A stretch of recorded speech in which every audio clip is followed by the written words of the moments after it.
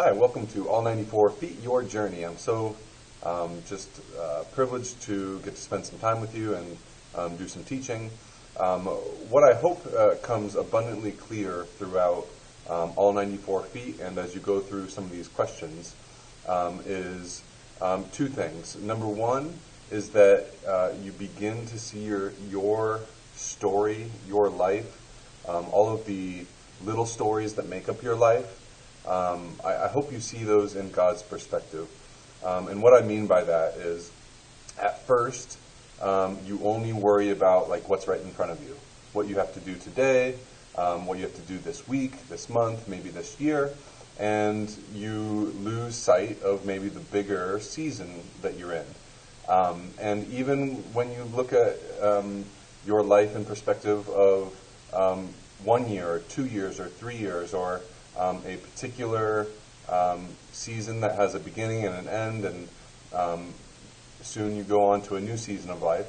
If you look at it in that context, still you tend to lose sight of what God's doing.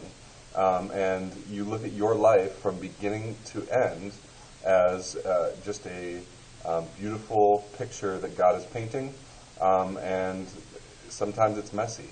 And so I'm hoping that we can see the little, the kind of intermediate and long-term stories of our life into the context of God's gospel story.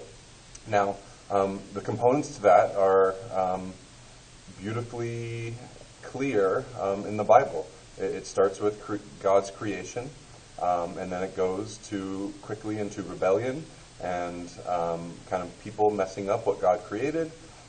God still loves us enough to give us a hope or a promise of a Savior and restoration of our souls and the earth, and eventually kind of putting things back together in heaven.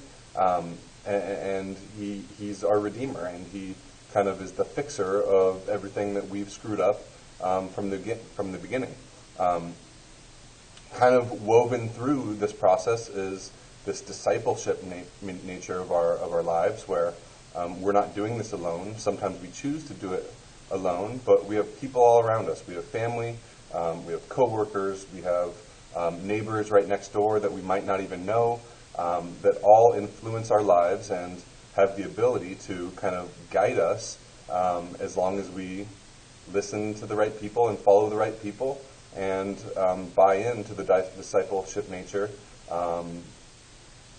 kind of way that God made us for relationship.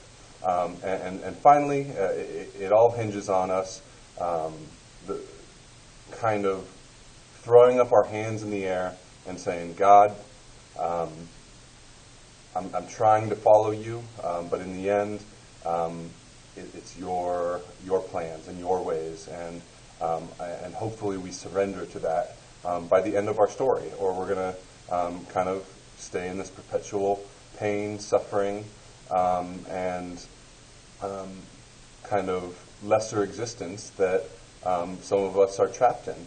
And this is not to say that suffering doesn't happen even if you are following the law, God's laws and His ways to the T. Still, suffering happens, and we just throw up our hands again and say, God, I need you. I don't understand what's happening right now, but I trust you. And I hope that you have some insight on your own story, at least enough to share it with other people throughout this Your Journey study. And again, I will always be happy to answer any questions by email. Reach out to me. I'd love to talk to you and get to know you further. Thanks for participating.